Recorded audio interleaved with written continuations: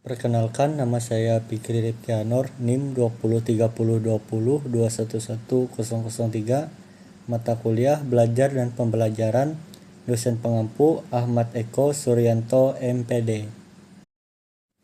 Slide pertama, teori perkembangan kognitif Vygotsky. Teori Vygotsky adalah kognisi sosio-budaya yang memfokuskan bagaimana perkembangan kognitif diarahkan oleh budaya dan interaksi sosial. Budaya dan interaksi sosial lebih penting dan lebih fokus terhadap perkembangan kognitif pada anak menurut Vygotsky. Perkembangan kognitif dalam pandangan Vygotsky diperoleh melalui dua jalur, yaitu proses dasar secara biologis dan proses psikologi yang bersifat sosio-budaya. Slide kedua, teori perkembangan kognitif Vygotsky. 1. Konsep zona perkembangan proksimal atau ZPD. Anak yang mendapatkan tugas yang dirasa sulit bagi anak untuk dikerjakan. 2. Konsep scaffolding. Perubahan dukungan yang dialami oleh anak selama proses pembelajaran terkait dengan perkembangan kognitif. 3. Bahasa dan pemikiran.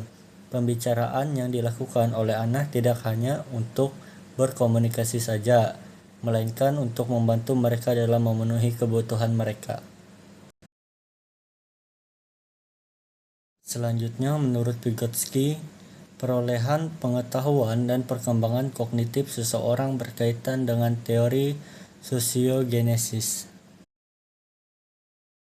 Konsep-konsep penting Vygotsky tentang perkembangan kognitif dalam teori belajar dan pembelajaran. 1. Hukum genetik tentang perkembangan atau genetic law of development. Menurut Vygotsky, setiap kemampuan seseorang akan tumbuh dan berkembang melewati dua tataran, yaitu tataran sosial dan tataran. 2. Zona perkembangan proksimal atau zone of proximal development.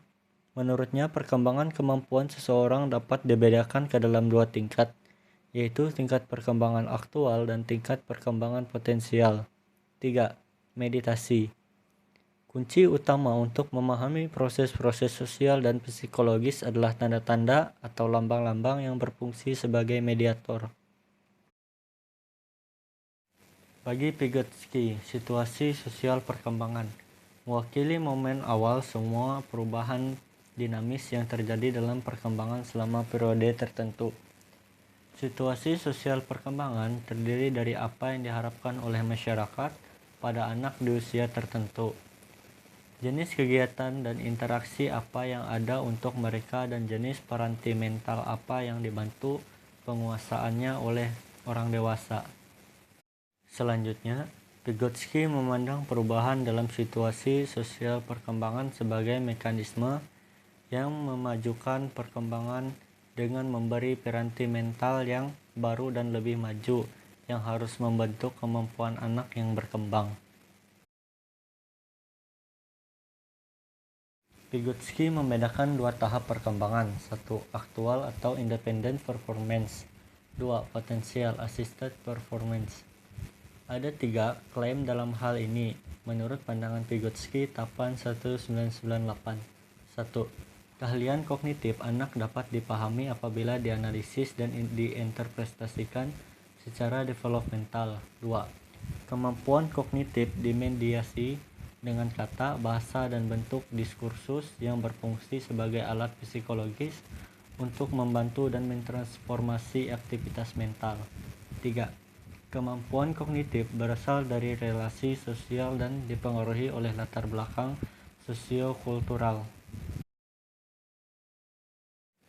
Selanjutnya, penekanan Vygotsky pada ZPD menegaskan keyakinan akan arti penting dari pengaruh sosial, terutama pengaruh instruksi atau pengajaran terhadap perkembangan kognitif anak. Teori Vygotsky menarik banyak perhatian karena teorinya mengandung pandangan bahwa pengetahuan itu dipengaruhi situasi dan bersifat kolaboratif. Artinya, pengetahuan didistribusikan di antaranya orang atau lingkungan yang mencakup objek, artefak, alat, buku, dan komunitas di mana orang berbeda. Ini menunjukkan bahwa memperoleh pengetahuan dapat dicapai dengan baik melalui interaksi dengan orang lain dalam kegiatan bersama. Demikian materi yang saya sampaikan, atas kurang dan lebihnya saya mohon maaf. Terima kasih.